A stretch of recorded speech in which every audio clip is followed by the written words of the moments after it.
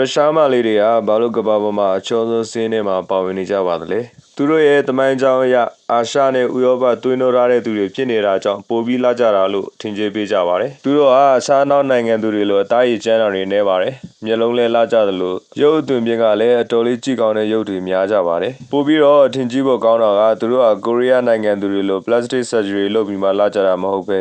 ငကိုမူလတဘာဝအတိုင်းကိုလှပနေကြသူတွေများနေတာဖြစ်ပါတယ်ရုရှားမှာယောက်ျားလေးဥယျာဉ်ထက်မိန်းကလေးဥယျာဉ်ကပိုများနေပါတယ်ယူကရိန်းနဲ့စစ်ဖြစ်နေတာကြောင့်နေပါတဲ့အမျိုးသားတွေကတော့ဆက်လက်ပြီးတော့စစ်မှုထမ်းနေတဲ့အတွက်ကြောင့်မလို့အပြင်မှာအမျိုးသမီးတွေပိုပြီးတော့များနေတယ်လို့ပြောကြပါတယ်နောက်ထပ်ထူးခြားတဲ့အချက်ကတော့ရုရှားမိန်းကလေးကအခြားနိုင်ငံကမိန်းကလေးတွေနဲ့စားလို့ရှိရင်အိုမင်းရရုံမှုပိုပြီးတော့နှေးကွေးကြတယ်လို့ပြောကြပါတယ်